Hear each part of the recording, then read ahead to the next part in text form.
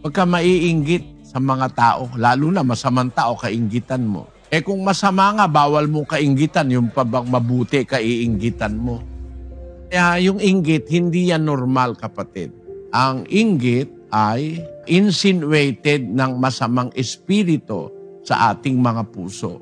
Gusto mong maging normal, bayaan mo lang. Para normal ka, wala kang kainggitan. Kung ano yung nasa'yo, okay lang.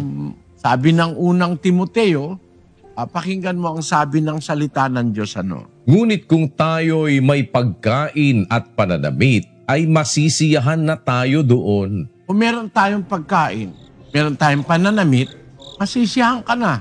Wala kang bahay, pwede namang umupa. Huwag ka mainggit. Baka may mainggit ka, nagnakaw ka para magkaroon ka nung wala sa'yo. Kung nakakakain ka naman, nakakainom ka, masiyahan ka na.